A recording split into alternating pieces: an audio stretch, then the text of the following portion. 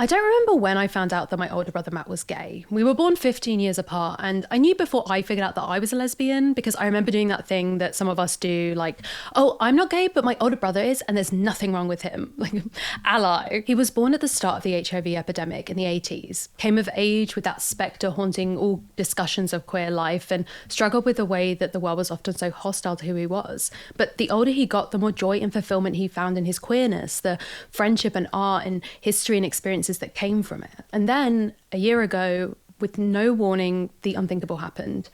They found a tumour, confirmed it was cancer, and then just a month later, Matt was dead. He was only 45. If you've lost a sibling, then you know that that can also mean losing a friend, a confidant, an ally. But in the muddled and unending process that is grief, I realised that there was this other unique role that he played in my life as a queer older brother.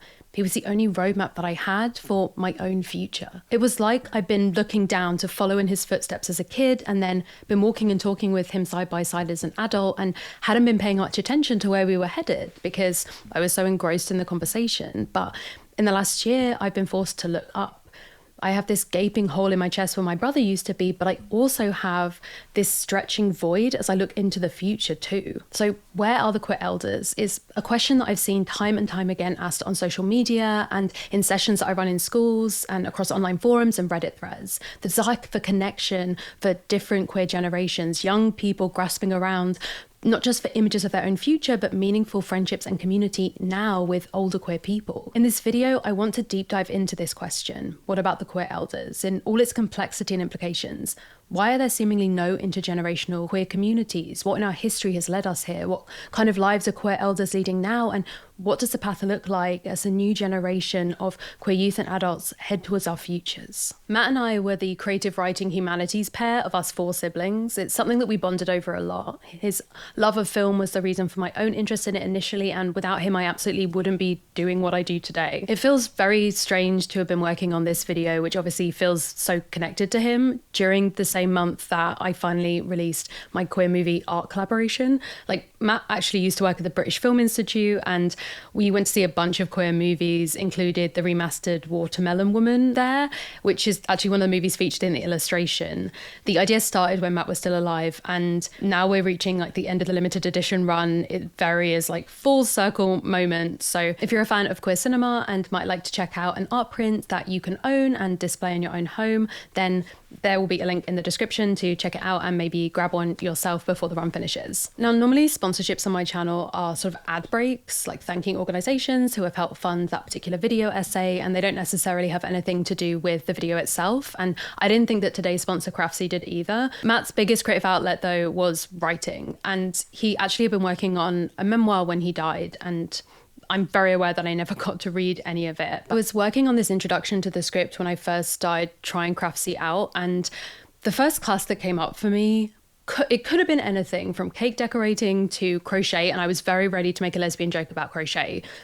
But instead, it was this class, Memoir 101. Writing about your life. Craftsy have probably never had a creator start their sort of like sponsorship thank you by being sucker punched by grief, but it's been an unexpected and deeply personal pleasure to take this class this month. A lot of people that you've seen talk about Craftsy before probably talk about it being like an online community of resources for creative people where you can develop your skills and find new hobbies and connect with others, ask questions, share your work. And it is, but working with them for this video in particular just made me think about all the ways creative arts have been used, not just as joyful acts of creation, but also sites of resistance and activism. The idea of taking beginner quilting or thread art as a queer person is inseparable for me from like the legacy of the AIDS quilt. If you're interested in trying out some crafts, then Craftsy is a really good combination of step-by-step instructional videos, useful tips from experts in their field, and live streaming tutorials where you can see the techniques and ask questions in real time. There's over like 2,000 classes to choose from. I'm moving soon and will be closer to a lot more of my queer friends, so I have my eye on some of the cooking and baking courses to help combine like comfort food and community building in my own space once I'm there. Members get unlimited access to all of the classes, projects and recipes across the site, and the first 1,000 people to click on the link in the video description will get a full year of premium membership to Craftsy for only $1.49, which is valid for new members. where's the multi-generational queer commune then? Yeah, why aren't we living in a multi-generational queer commune full of rainbows and flowers? Well, there's actually a whole bunch of reasons. Welcome to the part of the video where things get a bit too real, as if they hadn't already. So one, the queer people are all predators problem. Obviously, this isn't true, and yet this idea of gay people being sexually perverse, aggressive, and predatory has a long history. It's been part of a systemic type of homophobia for hundreds of years at this point, and has been passed down into the hands of transphobes, bleating about like drag story times corrupting children today. The Save Our Children campaign of the 1970s, spearheaded by devil incarnate Anita Bryant, aimed to repeal protections for queer employees, claiming that queer teachers would be a danger to children. In the 80s, Thatcher's government enacted Section 28 in the UK, which prohibited the acknowledgement of the very existence of healthy LGBTQ+ like families or people in schools, a decision that still has ripples in our school system and in the minds of the public today. Within these waves of hysteria, gay men were painted as paedophiles, and therefore any gay man who was around children is suspect by default. There's something sinister about him. Parallel to this, we have the predatory lesbian stereotype, which winds itself naturally around this idea that is like outside influence, which makes women that way, and that if they didn't find out about it, then, you know, they wouldn't know it was an option, and so they wouldn't be led astray by these like corrupting forces. The corrupting forces, again, being lesbians. I mean, the reason that lesbianism wasn't criminalized in the UK in the way that like male sodomites were was in large part essentially because lawmakers were worried that lesbianism being in the law would encourage people to be lesbians because they would like know it was an option. Like, this is an actual quote from a parliamentary debate at the time. The more you advertise vice by prohibiting it, the more you will increase it. Also, hilariously, this guy was like, basically, women share beds all the time. There's so many good friends out there, and we don't want to be criminalizing good friends. So I guess like the historical erasure of lesbians had its pros, but lesbians therefore became dangerous to children on 3 different levels. Firstly, they posed a sexual danger. Secondly, they had like a risk of conversion to their lifestyle in a way. But then 3, there was this additional danger of like them being too far from real womanhood to be capable mothers and nurturers or caretakers. It's heartbreaking. That it's the one thing that makes me, really sad. To be a mother was the thing that I wanted more than anything. And when I came out to my mother, the first thing she said to me, and I took it on and I believed it, she says, well, that's it. I won't be a grandmother by you. And that kind of rung in my head for a long time. And I'm so pleased that I was able to work my way towards that through quite a lot of, therapy, counselling, this, that and the other. I was almost 40 when I had my son, but I had him. So I want as many people to know about what, particularly our community, and it's not like, we had it hard, but people are gobsmacked. What, this was happening, our children were being taken away, you had visitation rights. I mean, it's like, it's horrendous.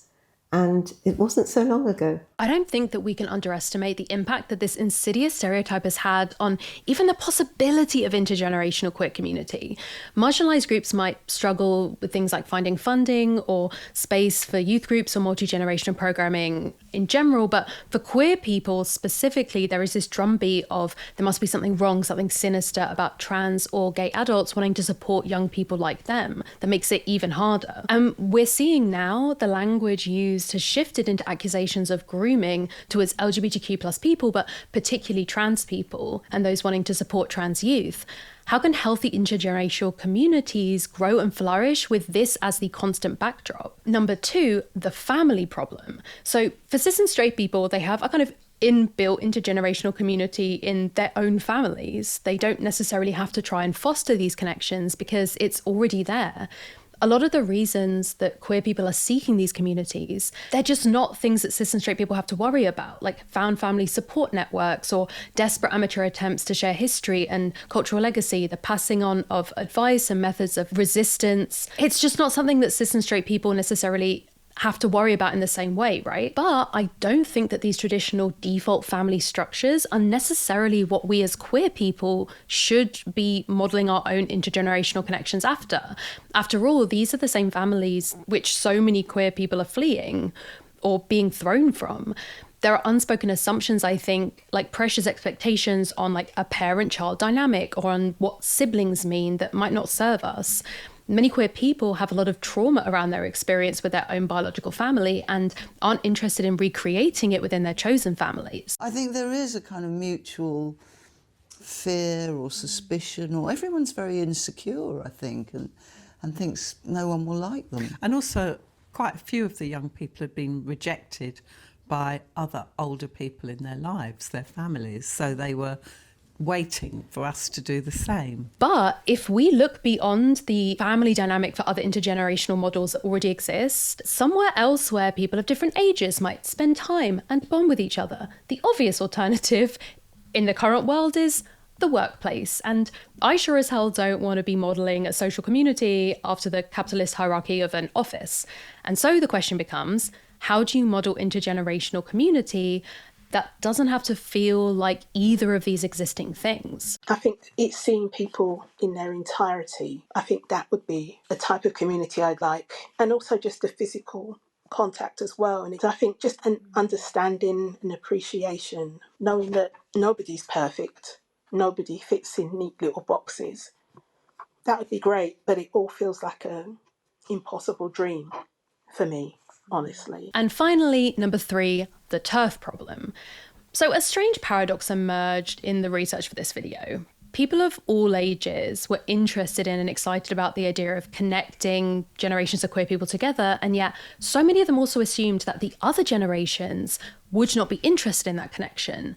One piece of research from just last year, for example, included the finding that most women feel that LGBTQ+ activities are oriented towards younger generations and do not know if they would be welcome. Alice also argues that most LGBTQ+ activities involve parties and drinking, which do not appeal to some participants anymore. You see, but here's the thing. I know from my own Where Do the Quiet Gays Go video essay that the prevalence of parties is not a matter of younger generations being all into nightlife and older people all being uninterested in it. So many younger queer people are searching for alternatives to the clubbing and bar culture, the quiet gays. It's just without the intergenerational ties already being there, it's hard not to go on assumptions and stereotypes. Like, it's understandable that these older queer people are assuming that that is where all of the young queer people are and that their lives and their interests are just incompatible. I mean, just think about the generational labels that we have already in the mainstream. Boomers, millennials, Gen Z, also Gen X. Obviously, I won't forget you guys, love you. There is this idea of like each having their own inherent like attitudes. They all have different, politics, different interests, different personalities even. And this can lead to assumptions that all older gay people have outdated ideas about queerness, including being transphobic or exclusionary. And those ideas aren't entirely ridiculous. We know that a lot of prominent TERF voices come from second wave feminism, a period that was focused on equality for women, which often intersected with our physical bodies, reproductive rights or sexual liberation, for example. And so yes, those who were influenced by this idea of women and wombs and vaginas as inherently and exclusively connected, like, it feels logical that TERF rhetoric would spread within that generation. But it also feels important to point out here that there's a hell of a lot of queer elders who are anti-TERF too, including those who are trans themselves. And unfortunately, there are a fair number of younger generations who have ended up as TERFs. The same with political party alignment or economic opinions or social justice arguments. Like, age isn't a true predicator of those kinds of beliefs or attitudes. I remember when I met my first Tory lesbian, I was shocked. I was shooketh beyond belief. I thought, no, how can you know what's going on?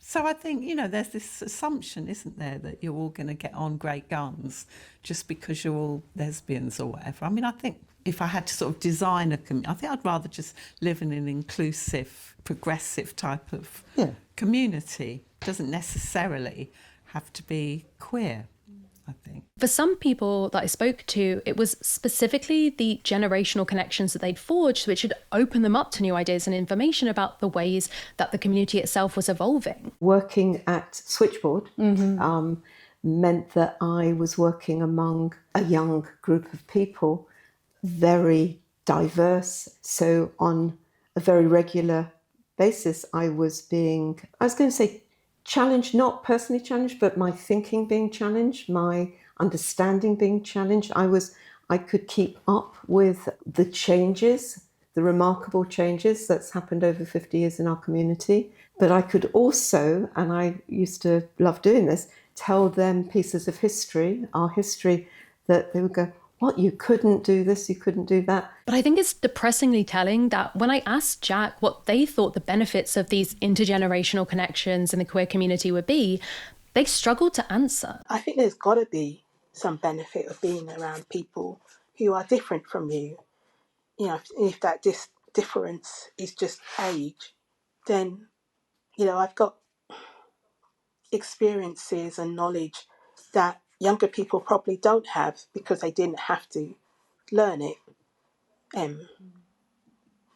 I can't really answer that question. I don't think I've answered that question very well. In a way, they'd answered it perfectly in their hesitation, right? Like, this connection felt so alien that any benefit had to be imagined by them rather than something that they could confidently proclaim that they experienced already. And I think that itself is very telling. When we spoke at the South Bank Centre, Jacq told me about going to a group but feeling disconnected because their references seemed outdated and they weren't sure how they were being perceived. So it felt like there was a lack of connection there, but also you kind of get looked at of like, you know, are you in the right place? You know, what are you doing here? How come I think there's an assumption that queer and trans... Good evening, the South Bank Centre is closing. Please make your way to the nearest exit. You're joking. The irony of being chucked out of one of the very few free indoor spaces in London, a space that might be perfect to set up some kind of intergenerational gathering, it wasn't lost on me. The rest of the footage with Jacq was from a remote interview because we couldn't find anywhere to film for free that we would both be able to get to. It's time for a history class. Okay, so I lied before. This is now the bit where we get into the really fucked up stuff. So only very recently in history, and not even across all countries, has being queer stopped being a criminal offence. It took until 1982 for it to be decriminalised across the whole of the UK, for example. Like, we know that queer people have existed since forever, so of course there have always been queer elders too, but the extent and ways in which they have been able to be out and open has changed very recently. All the ideas that we looked at in the last section have to be contextualized within a larger history. The question of where are the queer elders is a loaded one, given the ways our community has been treated across the centuries. Even though we know the drive to find community has existed just as long as our ostracism, there are very real reasons from even our recent past why these intergenerational friendships don't always exist. I don't think it's going to be a surprise to anyone that in this video, we're now going to have to talk about the HIV/AIDS epidemic of the 80s and 90s. Some people watching this video will have lived through it. Others might only have heard that it was a thing, but not know much about it. But I wanted to talk about just some of the ways that this period in our history has undeniably tied to this question of finding community with queer elders today. When people talk about the AIDS crisis and epidemic, they're generally referring to a period of time between the HIV virus first being observed and recognised as an infectious condition to the late 90s when treatment began to improve and infection rates declined. It's marked as a period of huge importance in the queer community as it highlighted in so many devastating ways the attitudes of the general public, health workers, even entire governments towards sick, dying and disabled LGBTQ+ people. It was dismissed at first as a gay disease. The media was reluctant to report on it at all. Politicians used homophobic fervour around the crisis at the centre of their campaigns for election sometimes, while at the same time, a lack of policy and funding towards treatment or prevention left communities decimated. Grassroots groups were forced to take up the role of public health support, and the shame associated with the disease created an extra layer of suffering and isolation. Lesbians rallied to donate blood and nurse sick queer men when they had no one else, when even healthcare professionals refused to touch them. And so, in the 80s, gay male baby boomers were between 16 and 34 years old. For them, the high number of AIDS deaths in the epidemic's peak between around 87 to 96 shaped their personal, social, psychological, and community lives during the epidemic, throughout their life course and into later years. Dr. Dana Rosenfeld, director of the Kiel Center for Aging Research, writes about this generation of gay men in the US in particular and the ways it continues to affect them. Her research shows that in the USA, by 1995, 1 gay man in 9 had been diagnosed with AIDS, 1 in 15 had died, and 10% of the 1.6 million men aged 25 to 44 who identified as gay had died. Remember that question from Reddit? Some older LGBTQ plus people responded, with most of them noting the ways that the AIDS epidemic and the treatment of LGBT people continue to impact their lives today. Like these Reddit users, Dr. Rosenfeld notes that the AIDS epidemic was a literal decimation of this cohort of gay men born in 1951 to 1970. The absence is felt by many daily, especially as we ask ourselves, where are the queer elders? Writer Jamal Jordan, in a Washington Post article, wrote, "Growing up in the shadow of a generation of gay men who were lost to the AIDS epidemic, I longed for something that said, you can grow old. Life will be okay." There's a swathe of gay men who aren't with us because of, HIV and AIDS. We were talking about that with a gay man we know who's about our age, and he was saying they're just not around, that there's a whole generation missing. There are people around who are very scarred.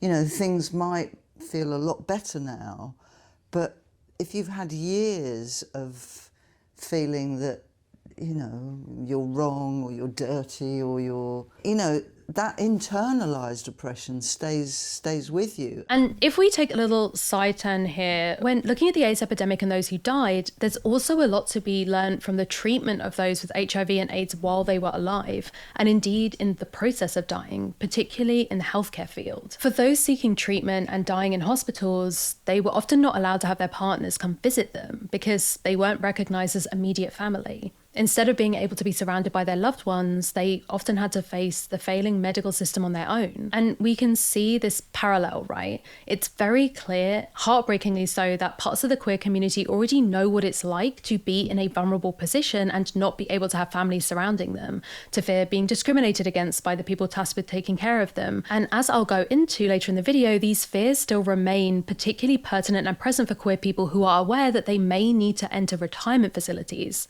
visit the doctor more frequently, or are limited in their mobility and access to community as they age. These experiences that they're fearing as elders are things that a lot of current elders have already experienced in our own history. The epidemic revealed ways in which stigma is enacted. In making this video, it's been very clear that there is still stigma around aging generally, but more specifically on aging related to queer people. And in the 80s, this stigma, along with the very real legal inequalities, meant issues that queer people faced around the death of loved ones were multiplied across an entire community at once during the crisis.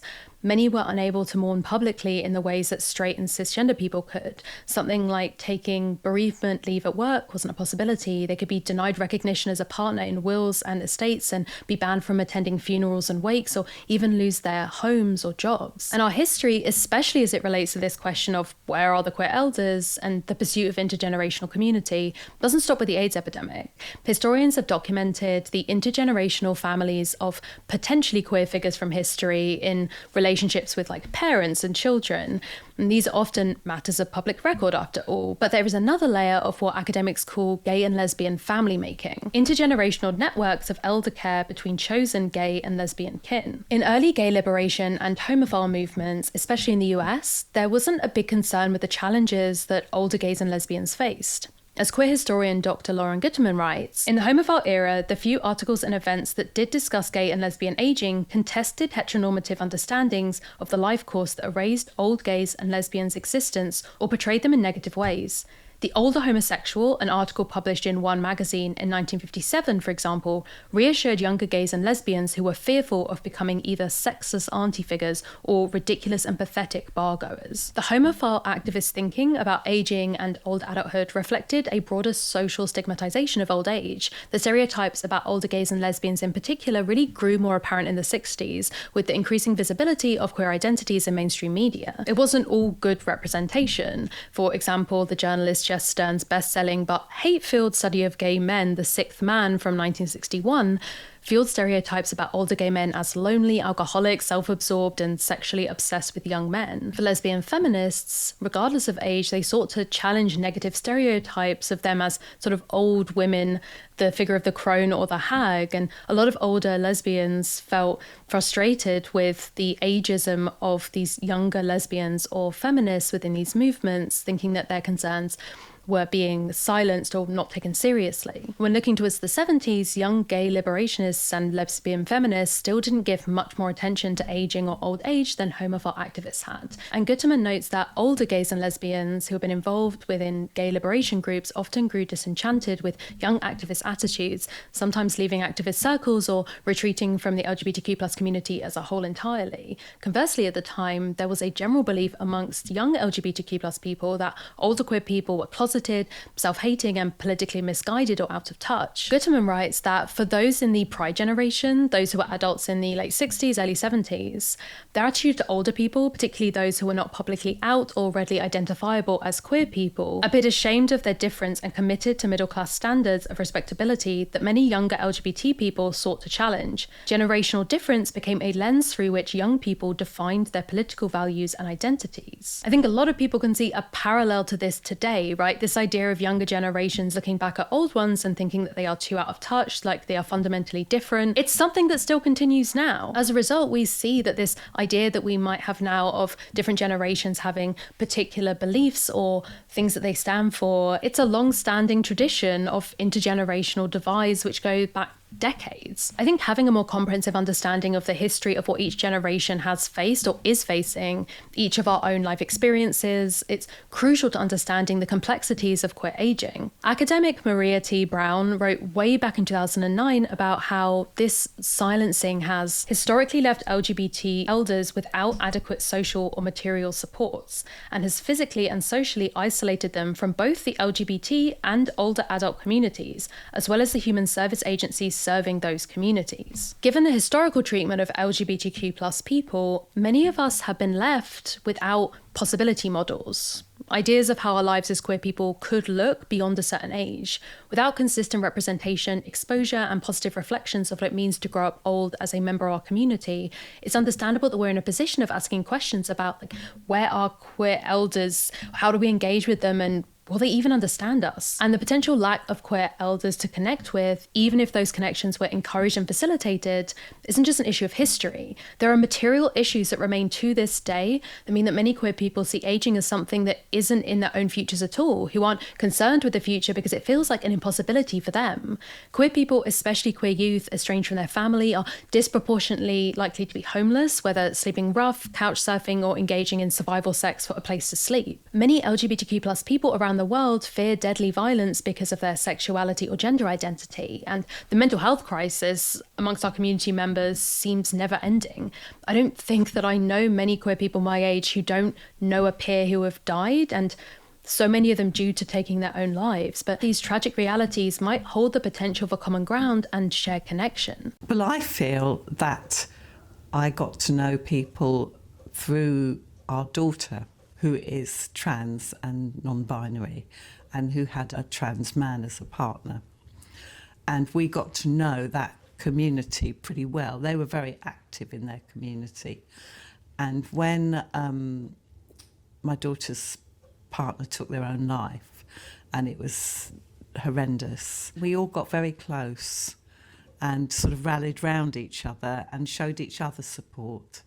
And it was a really, really tough time. And I also think that we perhaps have slightly different attitudes towards the trans community than some of our contemporaries because of that, because of actually meeting people and becoming friends and spending time with people. I think that really caused a massive shift in me anyway. We spoke about the way that they see this assumption that queer people might consider younger generations as entitled or having it easier, and how actually talking to younger people highlighted the ways that queer trauma or discrimination is not a thing of the past for them. They were very sweet because they said they were grateful that we'd fought for these rights and that now those rights had been won. And so they were kind of saying that they didn't feel this terrible oppression that we'd felt growing up. But then, when it came to their individual stories, every single one of them was talking about being bullied. Yeah. And it was like, Yeah. it was a slight disconnect. It was like, yeah, the world's great now, but actually it isn't. So that was very telling. And That was incredibly sad, I think. But although all these issues are important to acknowledge and to tackle, I think we run the risk of creating this picture of like an empty photo frame for queer youth, where they're left to assume that there are no queer elders. By rightly talking about our history and the deaths and erasure, we have to be careful, I think, not to erase actual queer and trans elders who are still here. The queer elder problems. Okay, so we've seen there's actually a ton of reasons why intergenerational queer friendships haven't been happening, but I think it's also important to ask, why does that even matter? Why should we care? What are the issues that mean that community support and friendship would even matter to older queer people? Concern for the elderly goes beyond sexuality and gender, of course, but there are aspects of the queer experience that, to my mind, make it particularly pressing that we talk about these issues specific to LGBTQ+ people. Consider the history that we've already discussed, not just as moments of trauma or difficulty, but practical barriers that have affected the entirety of many queer people's lives. The milestones in straight and cis life across the past century have largely been unavailable to queer people until comparatively recently. The normal path of like dating, finding a house together, marrying, children, stable job, retirement, grandchildren, it isn't just that these weren't assured for queer people, they were actively kept from us. I grew up thinking that it would never be legal for me to get married. I actually found a few years ago on Facebook a post that I'd made about that, as if it was just a genuine fact, because at the time it was. I remember I had to do this debate in English class on whether gay people should be allowed to adopt children when I was like 13. I was then told by the teacher when we were alone in her classroom at the end of the session together that I had technically debated well, but that real good Christian people would never agree with me that it was okay. National protections from LGBTQ+ discrimination, like the Equalities Act, didn't come into play until 2010 in the UK. And before this, queer people were able to be denied mortgages on the basis of that part of their identity. They could be fired for being gay. We already heard about the issues of lesbians retaining custody of their own children, for example. The ability to imagine a secure and stable future with a wife and children, let alone actually get to live it, felt impossible to many older queer people, but even people my age, and I don't know whether we could consider 33 to be a queer elder. These impossible ideas of like a secure place to live, a safe job, a lifelong partner, a growing family, are all community building milestones baked into the way our society is structured. Outside of heteronormativity, there are still very few prominent examples showing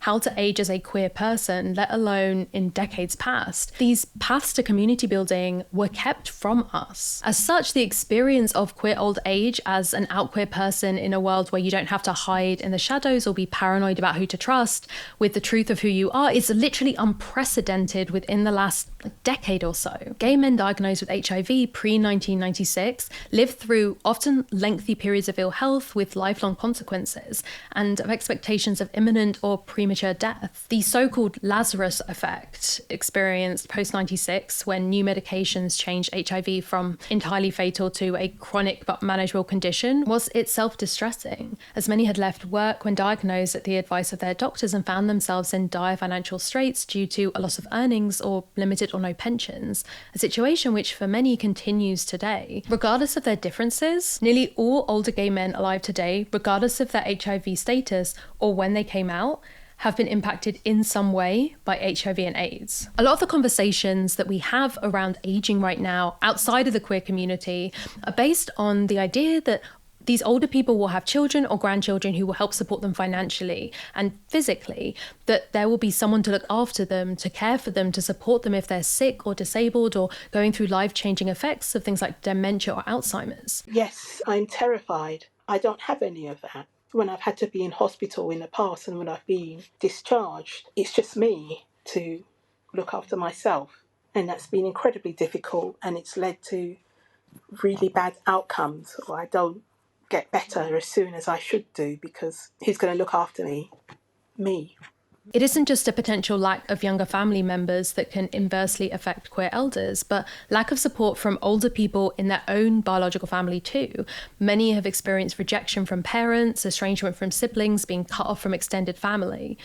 There are then, of course, knock-on effects from that, the psychological impact of being rejected by people who are meant to love you unconditionally, the financial impact of not having any space or support to return to in times of need across your lifetime, the social impact of spending cultural or religious holidays alone. This sense of belonging and security sometimes just isn't there. Jacq pointed out that trying to preserve those relationships by concealing sexualities or enduring disapproval or disrespect sometimes ended with compounding tragedies when that person died anyway. And I think the family situation has come up a lot in my grief work, the work where I run groups for people who our community that have been bereaved. And the reason we set that up in the first place was because of people's experiences of not being included within our family decisions around everything: funerals, property, care, end-of-life care.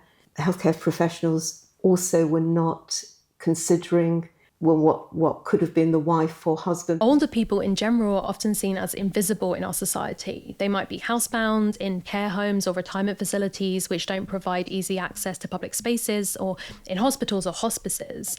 They're less likely to be in our places of work as fellow employees, less likely to be represented on our screen or in our books. If we do see images of queer elders themselves, they're often photos from their early days, snaps from political marches or pride parades. The image of the queer activists of the 20th century is in a way crystallised as the age they were when the protest was made or the direct action taken.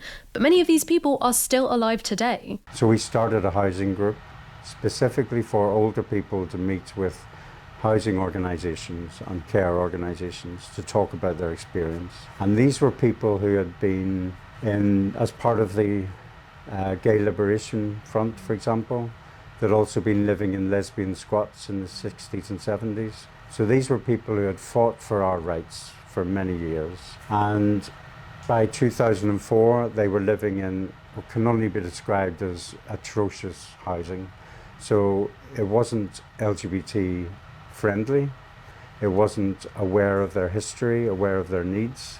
So people were experiencing discrimination, harassment from neighbours, harassment from staff, and they were getting older and they needed safe accommodation, and it just wasn't available. So they challenged housing organisations directly, and they said, look, we are getting older, we want to be living our later lives in safety. What are you going to do about it? And they would say, oh, well, we can make ourselves LGBT friendly, we can put rainbows on our logos, we can celebrate Pride, but it just wasn't enough. What the older people wanted, and they were very clear, they wanted LGBTQ plus affirming accommodation. So being friendly wasn't good enough. They wanted organisations to celebrate their identities. Ultimately, one of the most devastating outcomes to all of these issues is the reality of loneliness in queer elders. Loneliness for straight and cis older people is an issue in itself, but take into account all the factors which might strip queer people of support and community, and you can see that it is a particularly difficult issue for our elders. Every single one of the queer elders that I spoke to independently brought up loneliness as something that they had experienced themselves, or were concerned for their futures, or had seen other queer people their age suffer with. I think isolation and loneliness is a big, big thing for older people. And when you're old and queer and trans, trying to go to any kind of space, it's going to be very young people there.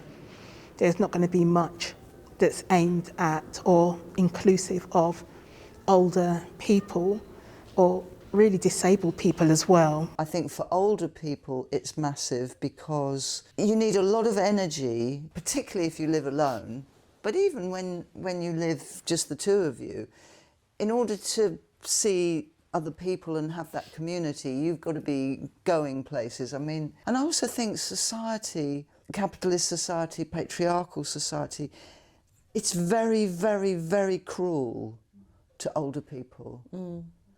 And you can't sort of forget that. You know, it basically treats older people as on the scrap heap, no longer productive, no longer useful, on every level. You know, you're not worth listening to, you're not worth treating medically, you know, on every level, you're just dispensable.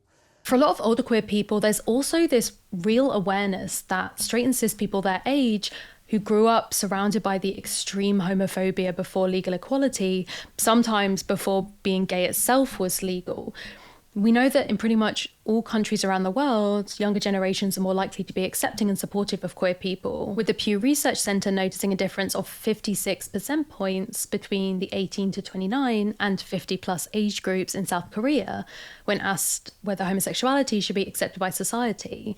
It's a 36% difference in Japan and an 18% difference in the States too. That's not even taking into account the differences between those at that 50-year mark and those in their 80s or 90s, say. So there's this real awareness of the fact that if they were to try and go to non-queer specific spaces that were attempting to alleviate the loneliness of older people without family, they may be met with the exact rejection that is the reason that they don't have close family in the first place. There's also a difference in the idea of a hypothetical acceptance of homosexuality and what that means in reality.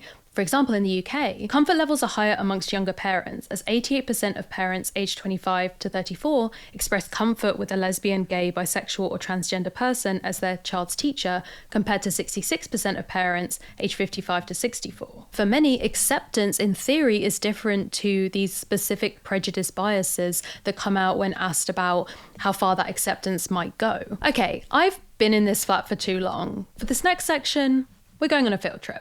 For our field trip this video, we are here at the LGBTQ+ Community Centre in London in the South Bank. And ironically, when we decided that we were going to shoot here, they suggested that Friday afternoons might be a good time. It might be quite quiet. And we arrived right as there was a 50+ elders social meetup going on. And we've been chatting to some people and it's been very fun. But you might be able to hear some of them in the background. But we are here because it's time to talk about place and geography. In one of my previous videos about the female experience of loneliness, I talked about how proximity is a key factor in maintaining friendships, being able to easily visit people and, feeling like you're part of a community in a physical space. When thinking about loneliness in the queer elder community, the same arguments can be made as in that video. Without consistent proximity or a schedule around shared physical activities like volunteering or work or even a weekly exercise class, the likelihood of experiencing isolation and loneliness is a lot higher. Undoubtedly, where you are geographically located plays a huge role in the ways that queer people can access community.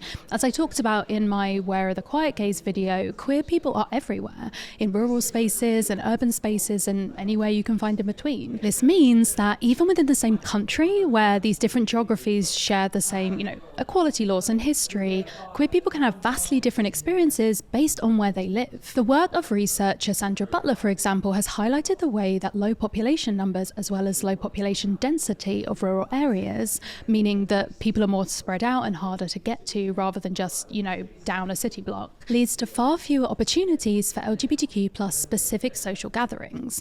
This is only compounded for older queer people who may have less access to transportation, less comfort with online social networking, and may be more fearful of disclosure due to growing up and coming out prior to gay liberation and the development of more progressive policies. Researchers Michael G. Lee and Jacq in an article comparing urban and rural supports for aging LGBT people write, geographic location is a significant variable that, due to social, cultural and economic differences between rural and urban settings, will influence how LGBT individuals experience aging. Now, rural areas aren't homogenous, right? But research and data across the board has highlighted that rural areas generally have more conservative beliefs. In the United States, researchers have found that rural Americans are more likely than their urban counterparts to attend church and to identify as born-again Christians. And in correlation, they are also more likely to oppose abortion and LGBTQ+ identities and relationships. Another study into 414 lesbians living in both rural and urban environments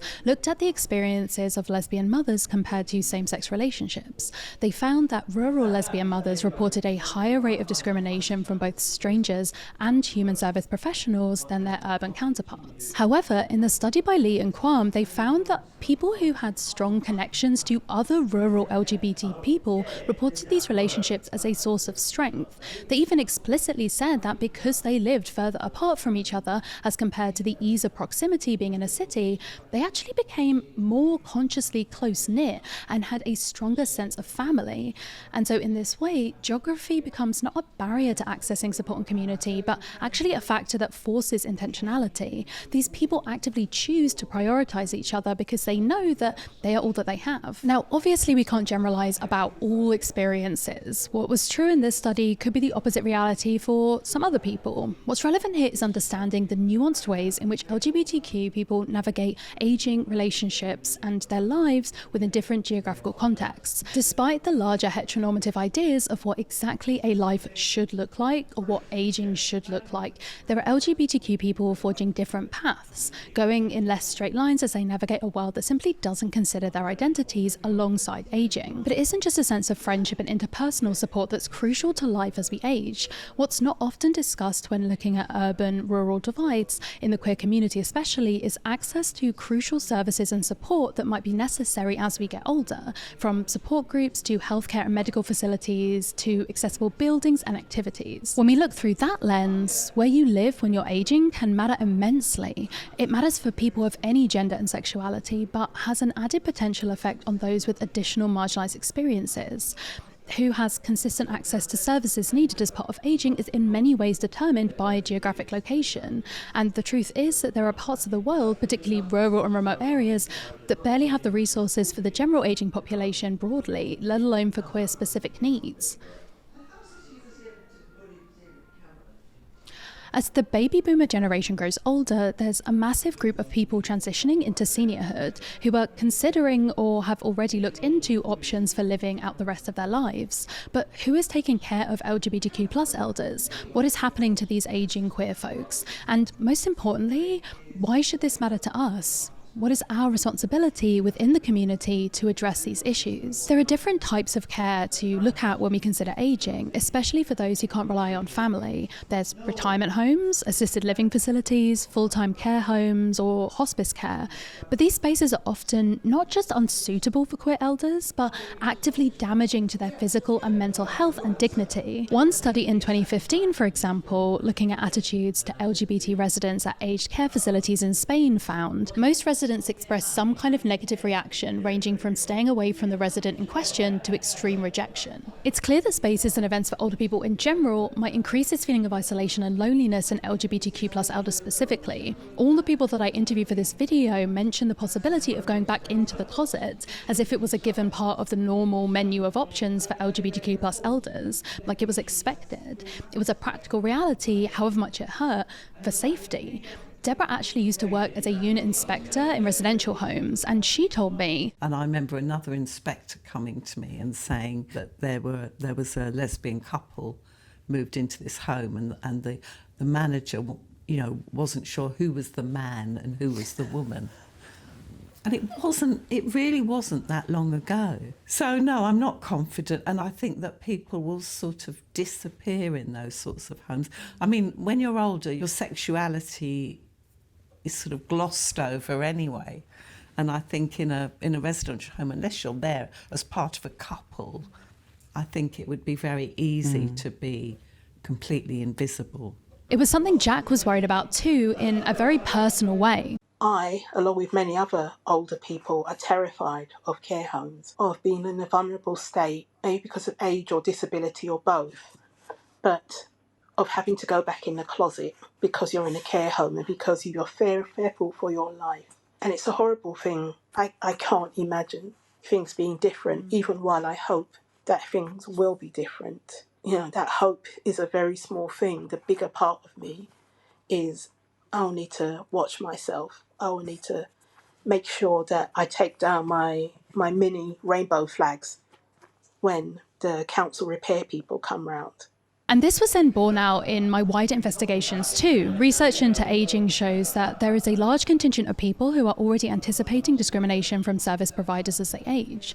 Older LGBTQ adults are considering survival strategies like going back in the closet or being selective about who they share their gender or sexual identity with, refraining from getting help for their health needs, essentially avoiding any medical professional and avoiding associating with anything to do with the queer community at all. So what is out there for older queer people? Are there places for them to go to seek care, to find community? Are they only in urban centres? And who is accessing these places? We're seeing the first generation of out and elderly queer people in the UK, and so every attempt to answer these questions with action is pioneering right now.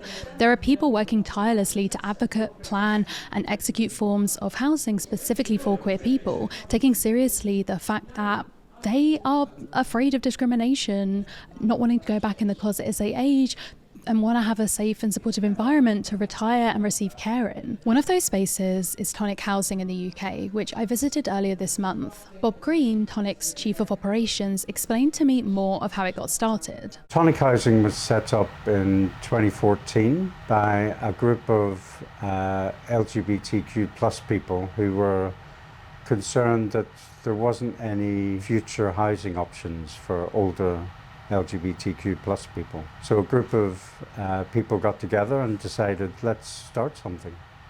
So they started talking to different funders, different organizations.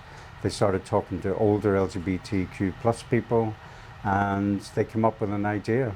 And fortunately, around the same time, our CEO, Anna Keir, who had a history of working in community housing, managed to find Bank House.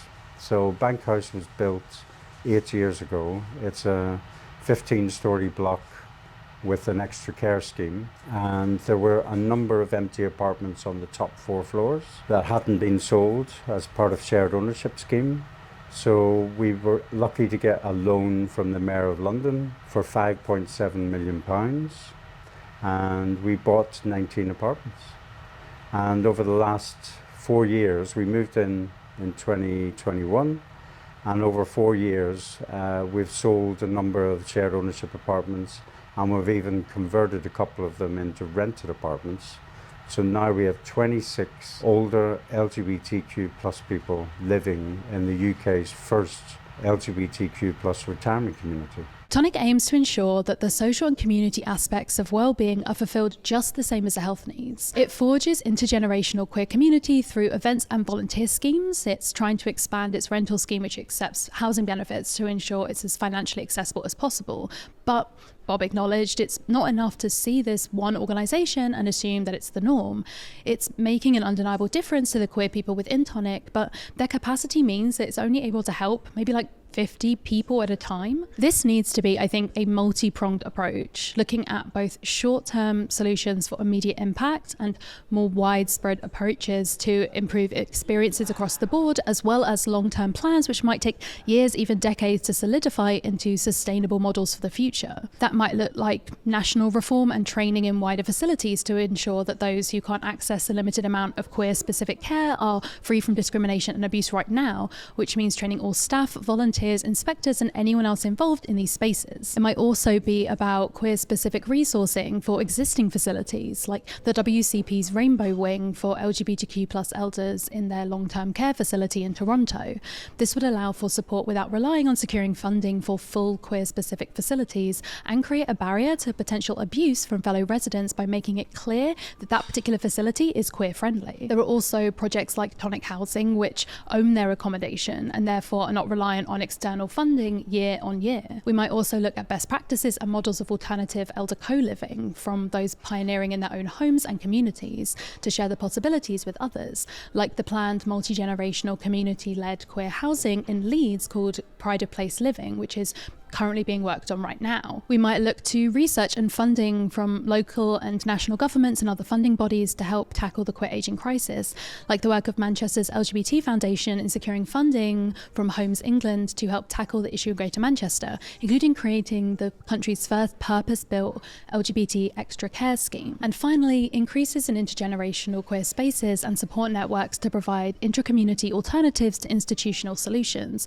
Rainbow Call Companions, Mind Out 50 Plus, or the National Resource Centre for LGBTQ plus ageing, and more. I started working on this video thinking that this was where it might end, with ideas of ways to support queer elders, with a call to action to see what you could do to make the future and the present safer for all queer people. And I do still urge you to do that, but when I spoke to other queer people my age, my friends, about the ideas of ways to help our elders with the issues of loneliness and isolation, like community living or intergenerational support or secure housing surrounded by care and and joy. As I spoke, it became increasingly apparent that the problem is much bigger than I initially realised.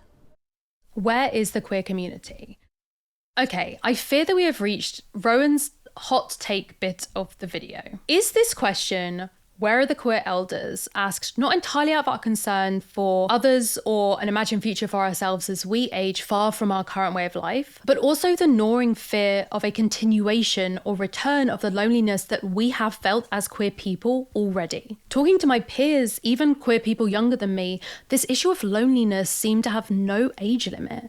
This video began as a response to this where are the queer elders question, and I knew that we'd talk about the history behind the question, and I knew that that would probably lead to this idea of intergenerational friendships and community, and that I'd want to cover, why these bonds are important, to highlight the invisibility and vulnerability of older queer people. But the more that I worked on this video, the more I couldn't escape the presence of the vulnerability of everyone in our community. The voices of young people online asking for queer elders to reach out to weren't all coming from, fruitful, thriving communities, extending an invitation to queer people who are older to join them. They were often from lonely queer youth trying to grasp the possibility of a potential future. They wanted to be taken under someone's wing and told the stories of people like them. They wanted to feel like they had a soft place to land and people with experience to ensure that it stayed soft for them. I don't think that we need to combat a queer elder loneliness problem. I think we're actually looking at a queer loneliness problem in general.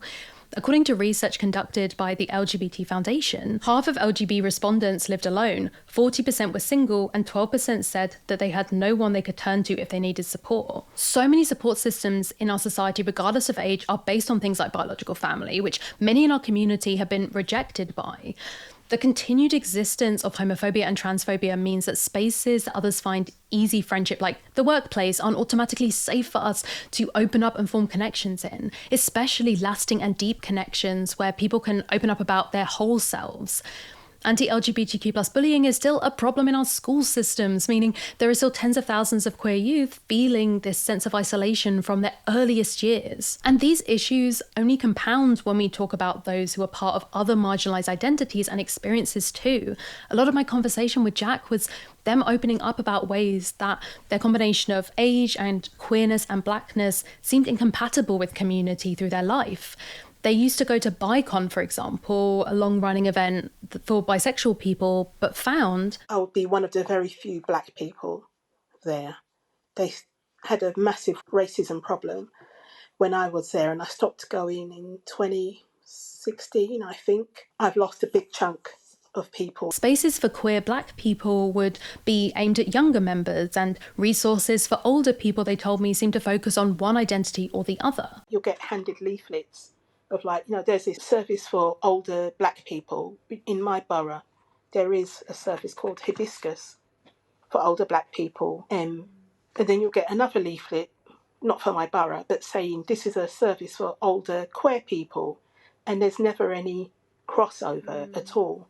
If you're black, you have to be straight. If you're queer, of course you're going to be white. That's a big thing because of the homophobia in black spaces and racism in white dominated queer spaces. The mental impact of these constant cycles of searching out community only to find yourself utterly unwelcome, even endangered by the people claiming to want to help, it can't be overstated. Talking to Jacq, I had a real sense of the profound damage that this demanded compromise could do. The demand to either suffer micro and macro aggressions with the promise of some kind of companionship, or suffer alone outside of these groups altogether to try and protect yourself from that. Jacq, in many ways, is the exact person that myself and my researcher Emilie had in mind when we proposed this video. These examples that we have from data of family estrangement or discrimination or the effects of prejudice or the importance of community as queer people age, but not just data. These are real people. When I spoke to one of my interviewees off camera, they mused on this idea that their mother, who had rejected them due to their sexuality, was ultimately jealous in a strange way. She was jealous of the idea of queer solidarity and found family that she had been missing her whole life, and that seeing her daughter live that idea of family might have been painful because she was of a generation and upbringing which didn't have that kind of group solidarity to it with other women in the same way. She was jealous of queer community and found family. But then I spoke to Jacq, and they had an anecdote which started in a similar way but ended very differently. Loneliness is it's a chronic thing. that I've had since I was a kid, really. I grew up in a very abusive, violent environment. At home, at school, at church, those are the three places that I was allowed to go to. And I was bullied or abused or just treated like trash in all of those spaces. And I just longed for a space to belong. And I remember growing up in the 70s and 80s, hearing, people saying everything really bad about gay people. And it was only ever gay people, not queer or trans. Gay people are this, that, the other, they're horrible. But I did hear them say that gay people call each other family, and I clung to that. And when I ran away, when I was 22, I think, when I ran away from the people I grew up with, and I think a year later came out as bisexual to myself, and I thought, there's a family waiting for me because I've lost all my family, but there'll be another one in gay people, and what a mistake. There was not a family, and I am getting to the stage where I just actually wish I didn't have to find community. I wish I didn't have to go out and mix with people that I don't know very well, because it's always a case of not if something will happen, but when.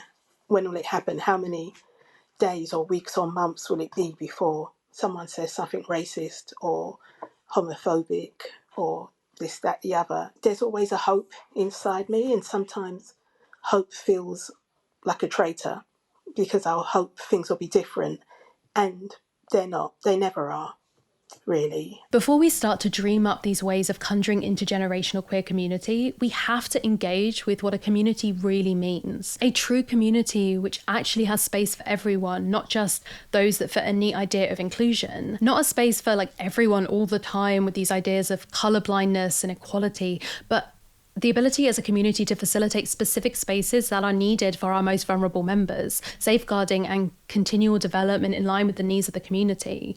Because creating and maintaining a nurturing community isn't about what you can get from it. It has to be asking questions like, what do we owe other people, and who do we have a responsibility to, even if we get nothing back from it? And then there are the practical questions once someone is through the door.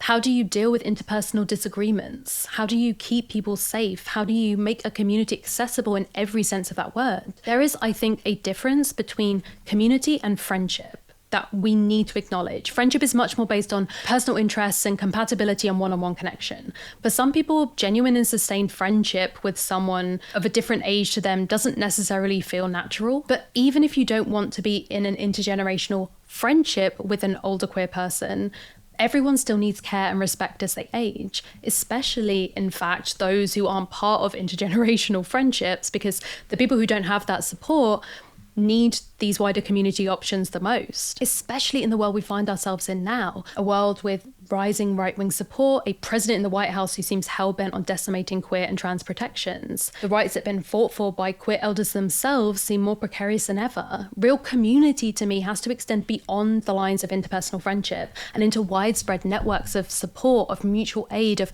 projects to protect our most vulnerable. We need to listen to what is needed and figure out ways to make it happen. We need to look to those current models of queer elder care and replicate what's working. We need to take stock of our skills and resources and put them to work. Queer elders need access to healthcare and treatment, to a safe place to live, to companionship, to the pursuit of their hobbies and interests, to emotional support. What does it look like to create a sense of queer community which is working to ensure that that is possible and plentiful for us all? Thank you so much for watching. As always, I would love to hear your thoughts in the comments. It's always such a joy to read all of your responses. And once more, the beautiful queer movie art print, which is genuinely, I'm so happy that we managed to pull it together. It's really been a very long process here in the making, and I think it turned out beautifully. The run is almost finished. I will put an end date somewhere on the screen here. Please go check it out, or send it the way of any people in your life who are fans of queer movies who might want to kind of celebrate that part of our history, our legacy, and our present as well. If you would like to help support the channel more generally, then I also have links to Patreon and Ko-fi in the description. On my Patreon, I have a bunch of really cool perks, including the Patreon Discord, recommendation lists of different stuff that I've seen and read and watched and experienced them during that month, care packages at some of the higher tier levels, a bunch of cool stuff. So your support is really what makes this kind of queer research and videos, essays, and interviews with different different people across the queer community and elsewhere going on my channel and beyond. So please do consider, if you can, supporting my channel or other channels that you enjoy. It makes such a huge difference.